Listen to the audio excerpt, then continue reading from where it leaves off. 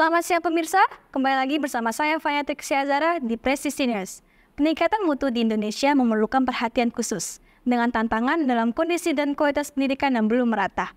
Dalam menjalankan misi untuk mencapai tujuan pembangunan berkelanjutan atau SDGs, pendidikan memainkan peran krusial dalam mengurangi kesenjangan sosial dan menjamin akses yang setara bagi semua. Untuk mengetahui kondisi di lapangan, saya sudah terhubung dengan rekan saya Lutfia di Kampung Mongol. Selamat siang Lutfi. Seperti apa kondisi anak-anak yang ada di sana, dan bagaimana cara mereka mengenyam pendidikan di tengah-tengah kawasan yang kurang memadai? Baik, terima kasih Fania. Pemirsa, saat ini saya sudah berada di Kampung Mongol, yang tepatnya berada di Jalan Pakuan, RW 4 RW 6, Tegalega, Kecamatan Bogor Tengah, Kota Bogor, Jawa Barat. Dan kurang lebih seperti inilah kondisi pendidikan di Kampung Mongol ini. Di belakang saya juga sudah ada kegiatan pengajaran yang dilakukan oleh para relawan untuk meningkatkan mutu pendidikan di Kampung Mongol ini.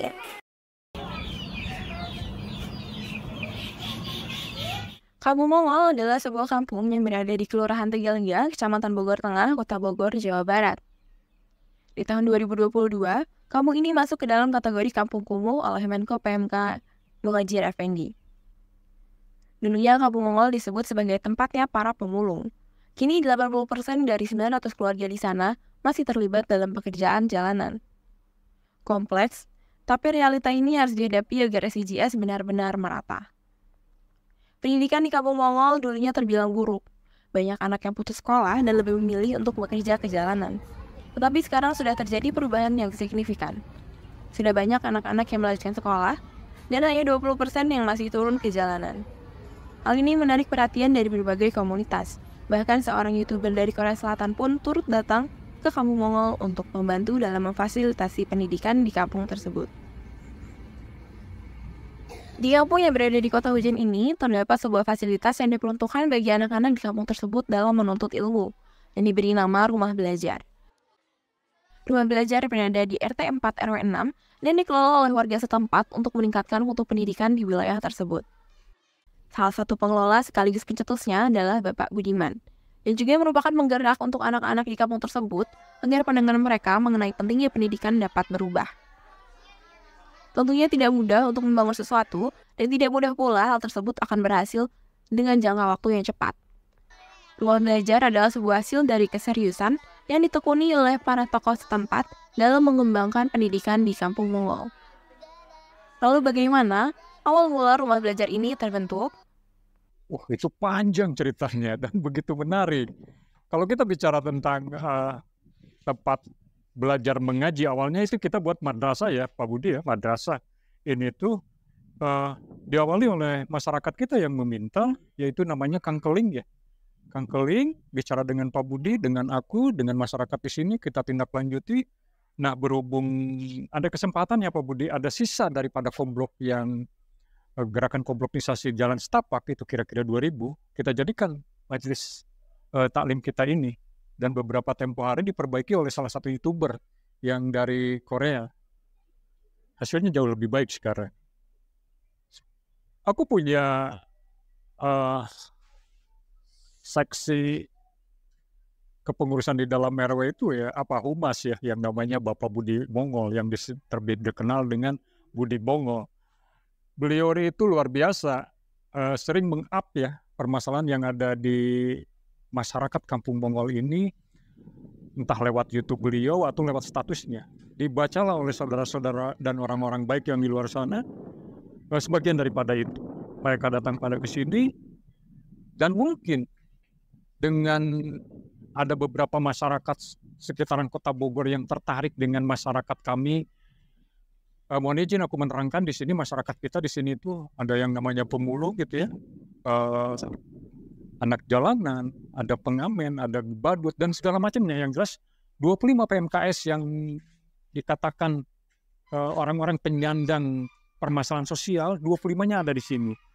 Nah, seringkali masyarakat sekitaran Kota Bogor menanyakan ke mereka bahwa rumah Anda itu di mana. Mereka jawab di Mongol. Ya mungkin dari mulut ke mulut terkenalah Mongol di sini. Subhanallah, ini sesuatu hal yang luar biasa, seperti Anda yang sekarang kesempatan hadir di sini ya, dan beberapa teman yang sudah ratusan orang yang datang ke sini. kurasa yang namanya tingkat kemajuan bangsa atau mungkin lebih kecil lagi sebuah penduduk atau tingkatan masyarakat tanpa pendidikan kayaknya tidak akan pernah jalan. Nah, dengan adanya teman-teman universitas ya, anak-anak mahasiswa-mahasiswa yang datang ke sini berbagi ilmunya dengan masyarakat di sini, aku secara pribadi dan secara kelembagaan RW, kayaknya kalau kita bicara tentang bahasa terima kasih saja mungkin kayaknya sudah tidak cukup. Karena apa? Ini membawa sebuah perubahan yang signifikan untuk anak-anak kita. Yang dulu mungkin melalui datanya Pak Budi tadi yang humas aku itu 8/20. 8 turun ke jalan, 20 belajar ya. Anak-anak yang coba untuk belajar. Nah sekarang alhamdulillah sudah mulai terbalik. 20% masih ada yang turun ke jalan situasi kondisi yang memaksa keadaan mereka seperti itu. Tapi alhamdulillahnya 80% sekarang sudah mulai bisa belajar dia sekarang. Bahkan tidak lagi kaget kalau seandainya anak umum sekarang sudah bisa menggunakan jenjang SMK-nya ya sekarang. Luar biasa. Aku sangat terbantu, masyarakat menjadi jauh lebih baik. Segala sesuatu akan ditentukan dengan ilmu, tanpa itu menurut aku sih omong kosong. Pak Budi seringkali berkolaborasi dengan masyarakat dunia kaum intelektual di sana ya, seperti contoh dari Ibnu Khaldun, dari IPB, dari Universitas Pakuan yang memang ada di wilayah RW 6, dari ITB, dari UI, ya, dari kimia analis, dan yang sangat luar biasa di sini yang setiap minggu mereka ada jadwal Sabtu dan Minggu masjid alumni IPB yang dekat apa itu Botani Square. Itu mereka punya jadwal tersendiri Sabtu dan Minggu. Ini luar biasa, membawa sebuah perubahan yang sangat luar biasa untuk anak-anak kita di sini. Insya Allah anak-anak kita sekarang jauh lebih baik daripada yang dulu-dulu. Luar biasa, jauh lebih baik. Rumah belajar ini terbentuk karena keseriusan para penduduk setempat dalam menunjukkan perhatiannya terhadap dunia pendidikan. Selain inisiatif para penduduk setempat, tentunya diperlukan pula dukungan dari pemerintah setempat agar pendidikan di Kampung Mongol ini terus berkembang. Lalu adakah upaya pemerintahan untuk membantu meningkatkan pendidikan di kampung tersebut? Kalau dari pemerintah, kebetulan di sini program Kartu Indonesia Pintar itu banyak anak-anak yang sudah memilikinya, sehingga bisa membantu mereka untuk membeli peralatan sekolah ataupun untuk ongkos berangkat sekolah. Dan dari masyarakat sendiri, karena di sini kita punya tempat belajar anak-anak ini pure swadaya masyarakat dan dibantu sama beberapa donatur. Setelah nama kampung ini tersebar luas, relawan pun datang ke Kampung Mongol dari berbagai komunitas. Salah satu komunitas yang secara rutin membantu pendidikan di Kampung Mongol adalah Rumah Quran Bogor. Rumah Quran Bogor adalah sebuah komunitas belajar mengaji yang secara rutin mengadakan pertemuan di Kampung Mongol. Ya, betul, jadi ada komunitas namanya Rumah Quran Bogor. Kita campnya atau base camp kita ada di sini di Kampung Mongol, namanya Majelis Al-Ikhlas. Kita di sini terafiliasi sama pengurus di Kampung Mongolnya. Jadi di sini kita rutin Kak ngajarnya. Jadi anak-anak yang kita pegang itu adalah anak-anak di sekitar Kampung Mongol, dan jadwal mengajarnya itu rutin setiap hari Sabtu.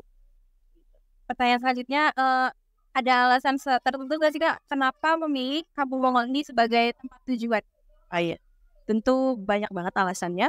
Jadi Kampung Mongol ini adalah kampung yang berbackground akademiknya sangat di bawah rendah gitu.